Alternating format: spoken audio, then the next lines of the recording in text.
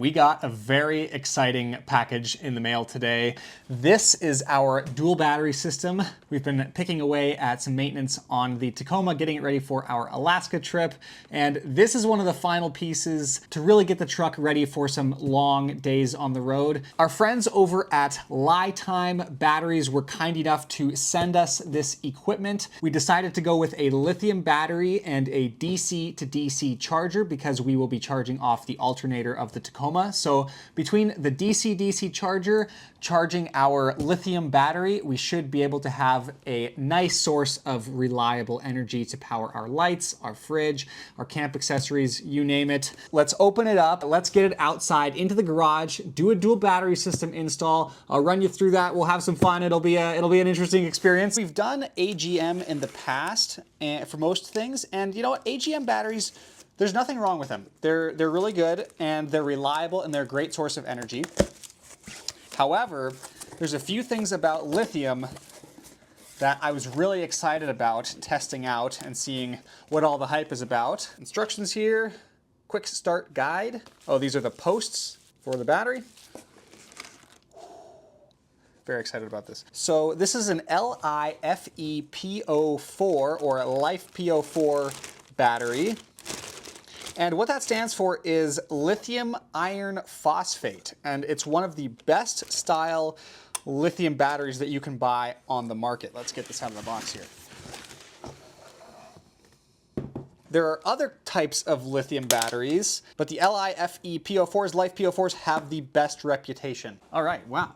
Well, that is a great looking product, just right out of the box. It's very lightweight compared to AGM batteries that I've dealt with. Yeah, nice construction, feels durable just right off the bat.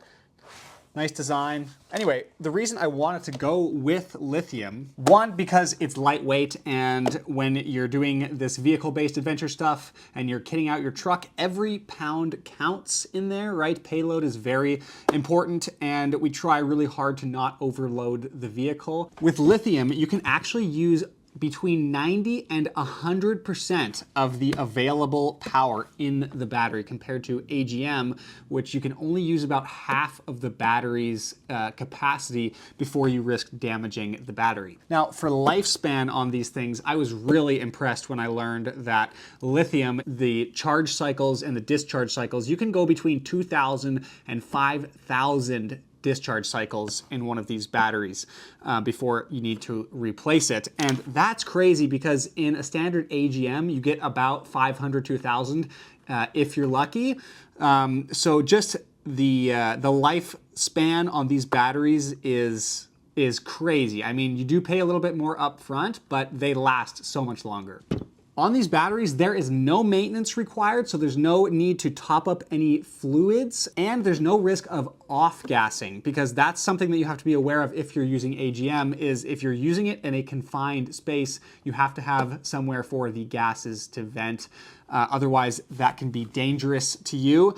Lithium, you don't run into that problem. With the LiFePO4 batteries, you do not run into that problem. I'm going to keep it in a confined space, and as long as I'm using it in the proper parameters, I will not have to worry about harmful gases coming off of this battery. It's really recommended that you do not freeze lithium batteries or use them in very, very, very cold temperatures without a proper battery management system or a way to heat the battery.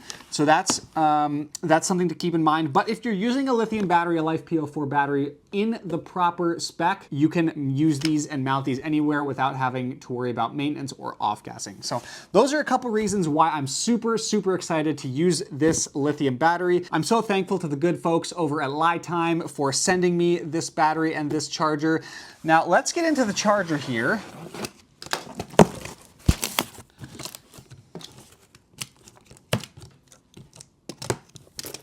Let's see what we got here. 12 volt, 40 amp, DC to DC product manual. We'll be going through this in detail. This charger is so that I properly charge my lithium batteries, because the power coming off the alternator isn't really recommended to charge the lithium battery. I was originally going to go with something like a smart battery isolator. However, that's not great for a lithium setup. It is recommended to have a proper DC to DC charger. And there's the charger.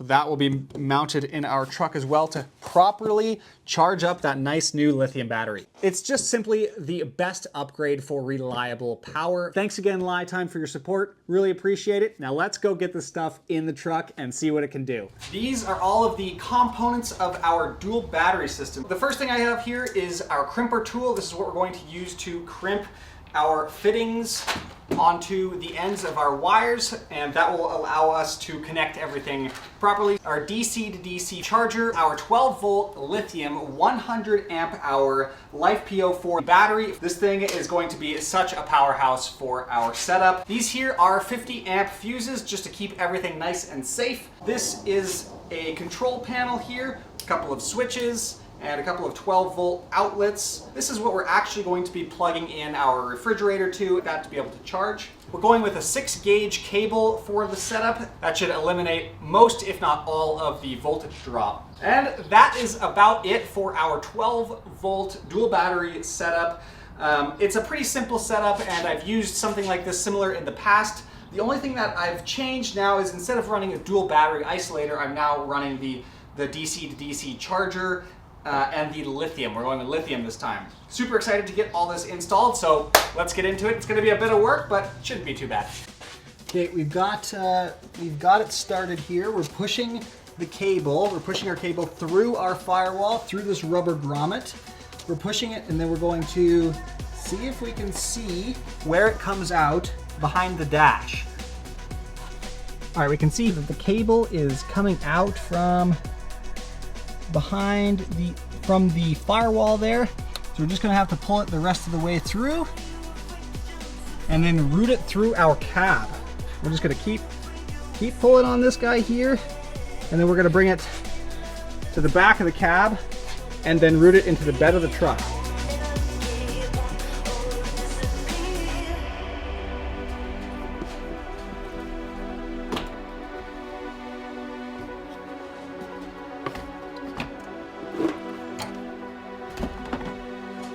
Getting the wiring done on the dual battery system has been a bit of a chore, but we are making it happen here. I'll show you where we've routed the wires. We're getting ready to push into the bed of the truck where we can then start installing the battery and actually completing the system. So this is what we've done so far here. Here's just at the start battery. So I've just left the cables open there so I can hook that up. They've gone through the firewall down there, and then they've gone into the cab.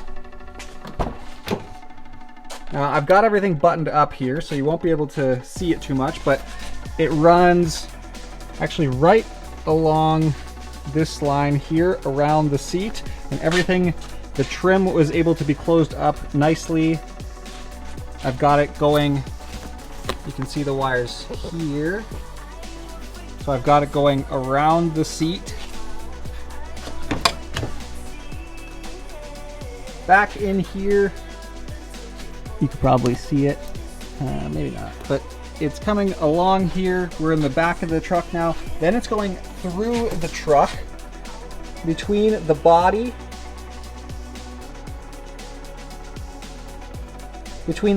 and the bed, and then it crosses over. So we're crossing over the bed here.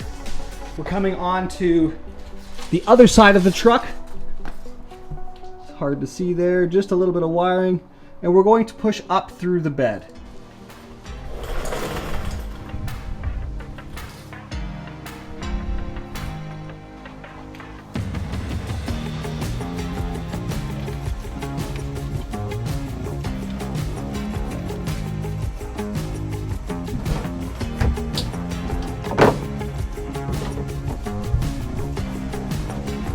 There's our wires, starting in the engine bay.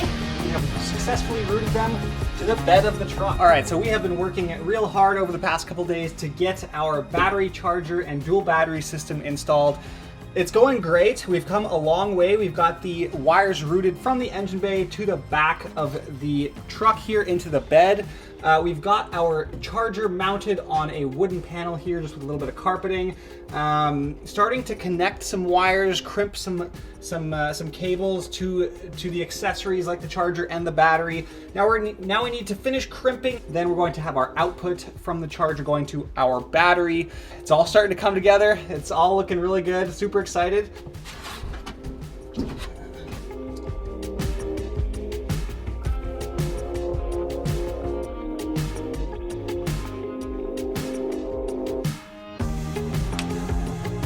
Crimping tool has been awesome, but it's a little bit difficult to have it's a little bit difficult to get the lug on the end of the cable and then hold it while you're trying to crimp with two hands. You almost need like a third hand.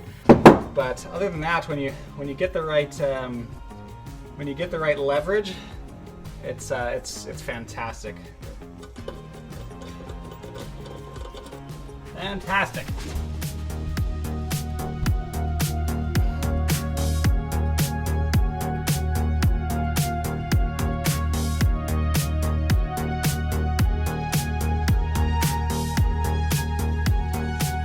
I've got this battery tray here with a tie-down strap that I'm going to bolt down to my wooden floor, and then the strap goes up and around the battery. I'm going to bolt this down here, and then this strap will clip and hold my battery down. You don't want that going anywhere on those rough roads.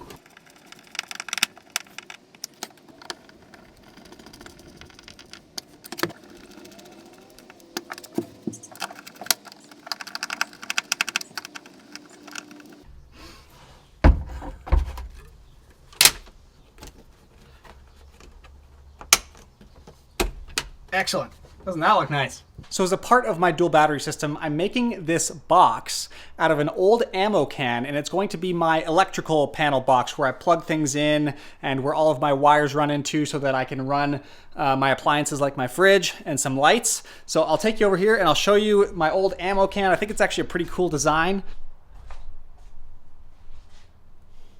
So that's the ammo can there that I'm working with. I've put in that electrical panel. I'll open it up for you so you can see what's inside and how I mounted it and my idea behind it.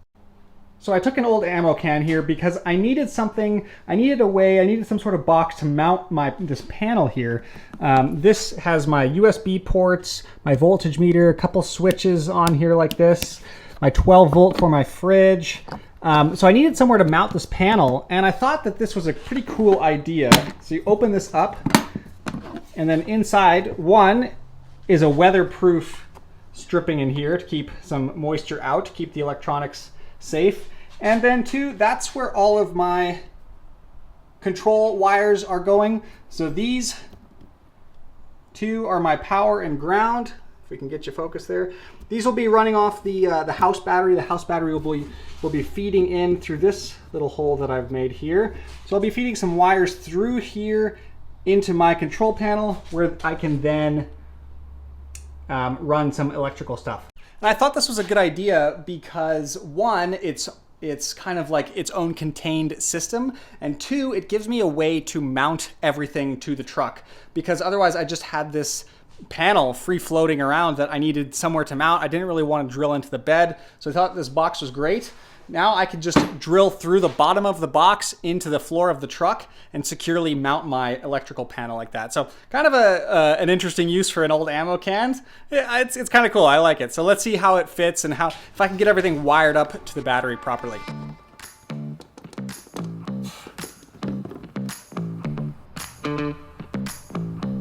Moment of truth here. Got everything bolted down, got everything crimped.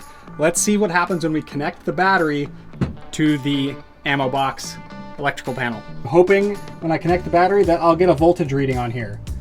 So let's go ahead. Ready?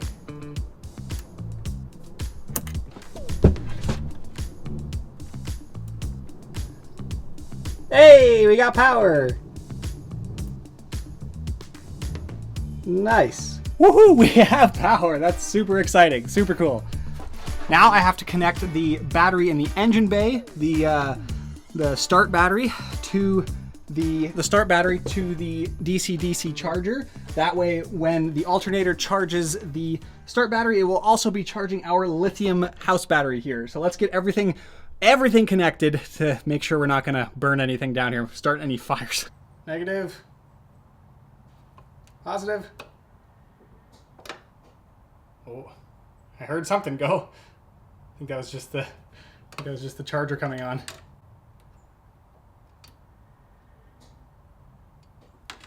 Okay, I heard the charger coming on in the back, so let's get everything actually connected.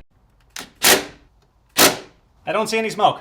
That's a good sign. This concludes our dual battery system install. It was a fun project. I really enjoyed doing it. I like doing electrical on vehicles and stuff like this. I don't love electrical diag, but I like doing electrical installs. Anyway, our dual battery system's in. We can now run our fridge. And this is going to be our last video before we head up to Alaska. So I won't get to talk to you guys for a couple weeks. I hope you guys stick around for our Alaska series that will be coming out in September this year. But like I said, this will be our last video for a little while. So we're going up to Alaska. We're doing a ton of filming, a ton of shooting. So glad to have the truck dialed in. The last thing that I've got to go on the truck is a set of tires that I found for a good deal. And then that's it, and we're getting on the road. Guys, thanks for watching the dual battery system. Check out LiTime batteries if you are looking for a lithium battery, if you're looking to do a battery system. We've got a t-shirt sale going on right now on our website, selling some all-terrain trails merch. So if you'd like to support the channel, check out our t-shirts. I will leave the link for the t-shirts in the description of this video. Until next time, guys, we will see you in the next adventure.